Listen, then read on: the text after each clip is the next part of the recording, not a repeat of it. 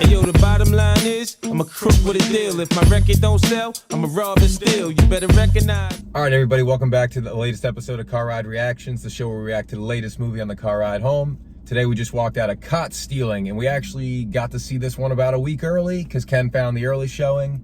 So, here's our thoughts. Ken, what'd you think, man? I actually really enjoyed that. It was a beautiful, chaotic mess. I feel like is a great way to like put that movie. I'm gonna go about 7.5. I thought almost at points it was like too chaotic, like to a point. There were points where it felt like the story just kind of jumped. Like it went 0 to 100 very, very fast. Like that's the best way I could really put it. And I feel like if they maybe just kind of flushed out a little bit of other things, it could have been a little bit better. But overall, I actually really enjoyed it. I enjoyed all the actors that were in it. Austin Butler was a great main character. Matt Smith was also a good side character. Regina King, I actually wasn't even like expecting to be in the movie. I kind of forgot, or I saw her name on there and I just completely forgot about her. But she was great in this. So yeah, I enjoyed it. I think this is one of the best movies I saw all year, honestly. Dang, okay. I actually would go 8.5 with this one. Okay. I thought this shit slapped. Yeah. I feel you on the chaos though, because I don't even think it went from 0 to 100. I think this shit went from like it went from 100 to like 200 throughout the whole movie. Yeah.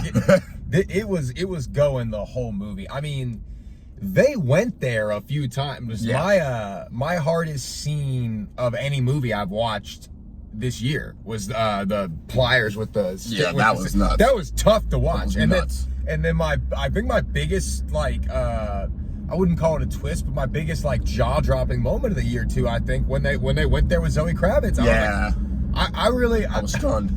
I was stunned. I was like, there's been some Heat movies this year. It's not the best movie I've seen this year, but it's up there, man. Like it was good, and it was for it to be a completely like original movie too. I'm proud of the director of this one, man. I thought he brought a pretty great viewing experience for something like kind of unique. Yeah, for sure. So I enjoyed it a lot, actually. I think I feel you on the chaos. I think I just enjoyed the chaos a little bit because it didn't feel so cookie cutter.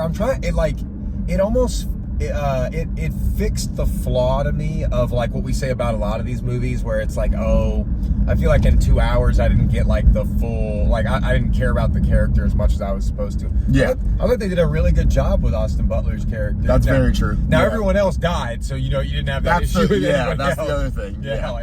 But anybody else that you maybe started to feel or like they got rid of them. Yeah, but that shit was great. And then another thing you said that I agree with was like you said it about Regina King. I'm not even sure I knew that Regina King was going to be in it. Vincent D'Onofrio was a guy that I'm not sure knew was going to be in it. There's a couple other people that Action Bronson, I did not know was going to be in it. Yeah, but it's kind of funny because they really did like sneak a few stars in there when I already knew it was going to be a pretty like star-studded thing. But I thought that was I really enjoyed that one. Did you think who did you think was when you were watching the movie, who did you want him to side with? Because there was like a few like gangs. Yeah, honestly, the whole plot twist for me is I wanted him to side with Regina King initially. It feels like the layup of a side until the plot twist happens and you're like, okay, yeah. So the first plot twist. Yeah. Which I saw that one coming by. Yeah, I kind of did too. There was a couple things, especially when she was too unfazed by Zoe Kravitz dying. Yeah. For that whole thing, and like where but before that, when I started to not trust her was when she was interrogating him and she showed the picture of that whole interrogation scene just felt weird. Yeah, so I like kind of didn't trust her then. So I kind of saw that first plot twist coming, but I was wondering who did you think killed Zoe Kravitz? I thought it was her. I thought it was her. I thought it was her too. Especially because then at the very, like, she knew exactly that's an execution style. Like, you know, I'm thinking, like, okay, she probably did this shit. Well, when she killed Bad Bunny, who exactly also, she did it the exact also same kind of way. a what the fuck moment. Yes, Bad Bunny being in the movie alone. Wow. He was in one of the trailers. Yeah, he was in one of them, and I forgot about it though. He's a really good actor. He did great. Like, he's done enough now between Bullet Train and, like, I know people are like, oh, he was in Happy Gilmore, but, like, he's done, and I liked him in Happy Gilmore, but he's done some really good acting jobs. Yeah. So I knew he was gonna be in it, but when they killed him, I was like, wow. And then him and Action Bronson dying in the same scene. I don't know why that was funny to me, but it just kind of, it's almost like they're like, all right, you know what? No more music. It's like, expensive. This scene is getting expensive. Yeah, this scene alone is hurting the budget. So we gotta kill both of y'all here.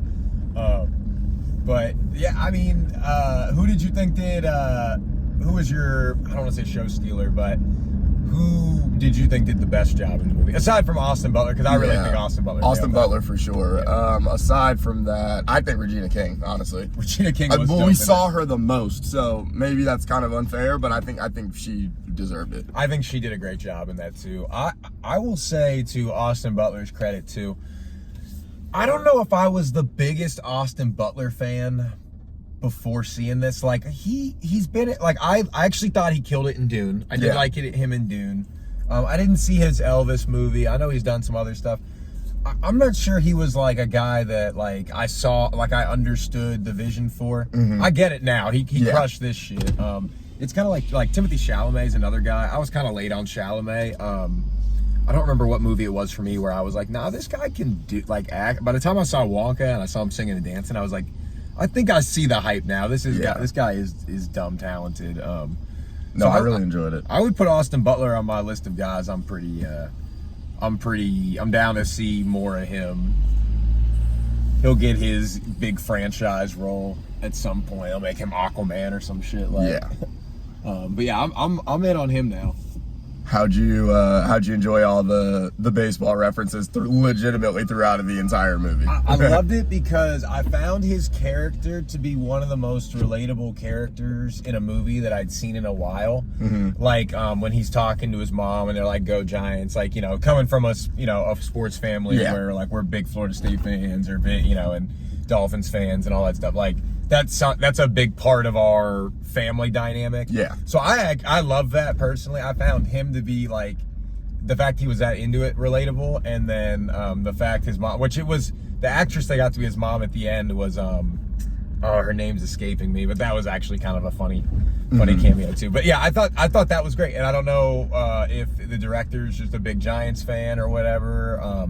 Like, I actually wore the Giants jersey. Yeah, I noticed. Yeah. Just because in the trailer, there's like he's wearing the Giants hat a lot, but, like, I didn't know it was going to be that integral of a part of the story. Like, where he's literally, it's kind of like in his, like, every reference and stuff he's making. I really wanted us to know, but I guess it was poetic at the very end where he cuts it off. And I wanted to know if they end up winning the tiebreaker.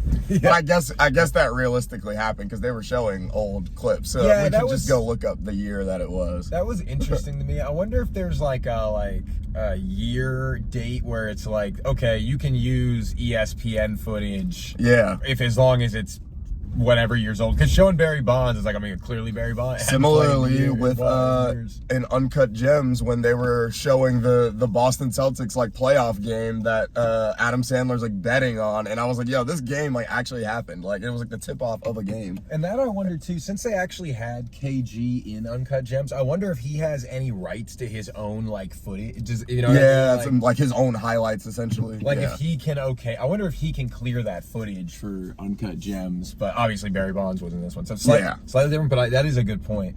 But yeah, I thought great film. I think this is one of the, usually you and I are on the same page, but this one I think I liked a little bit more than you. Like I said, I still liked it though. It was still a good one for sure. But you, like, for me, what would be a good one? Like, you had it more in, like, amateur range, maybe, like the amateur. Yeah, I had it more in the amateur range. And I think I had this more, believe it or not, I think not, it's so hard to, like, compare it to this movie, but I think I had this, like, closer to F1 than I had it to amateur. I had amateur at 8 and this at 7.5. So, okay. And honestly, that's not that far off to me. Yeah, no, they're pretty close to movies. This is the one. This is kind of I think I was a little lower on amateur than you. I think it's the flip for this one. Yeah, I think what I liked more of that one felt more I guess, like, polished in a way. Like Amateur did feel like it a was very a true, like, this is the type of movie we're doing, I guess. paced well. This one, to your point with the chaos, it's just chaotic. Which, if you're a fan of that, absolutely, it's good. It's more of just, I guess I wasn't expecting it. Yeah. That's more of what it is for me. I hear that for sure.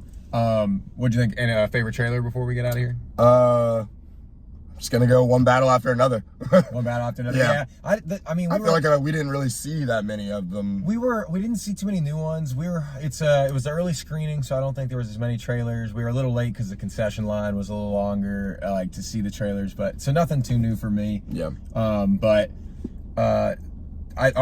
post the Nezha 2 video before this one, but technically we're going to see Nezha 2 tomorrow. Yeah. And then we got, I think The Long Walk is the next one after that. September 12th. September 12th. And then I think One Battle After Another is the 26th. I think it's sometime, yeah. And then I think we got another one in September too. But we're rolling here. We got some more stuff coming. We've been posting some more stuff on TikTok, so follow us there, and Instagram as well. Like and subscribe. Like and subscribe, all that stuff helps with the algorithm. Later, y'all.